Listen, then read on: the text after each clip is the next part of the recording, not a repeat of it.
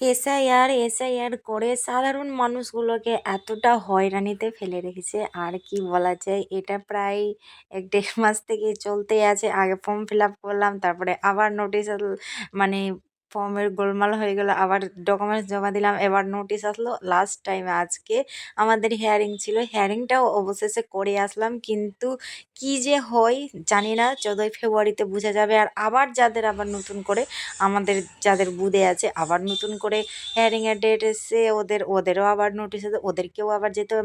মানে সাধারণ মানুষগুলো এগুলো সব কিছু তো বিরক্ত হয়ে আছে।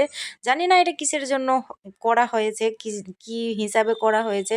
জনগণদের হয়রানি করার জন্য না জনগণদের সুরক্ষার জন্য, কিসের জন্য করা হয়েছে সুরক্ষা তো কিছু বুঝতেই পারি না।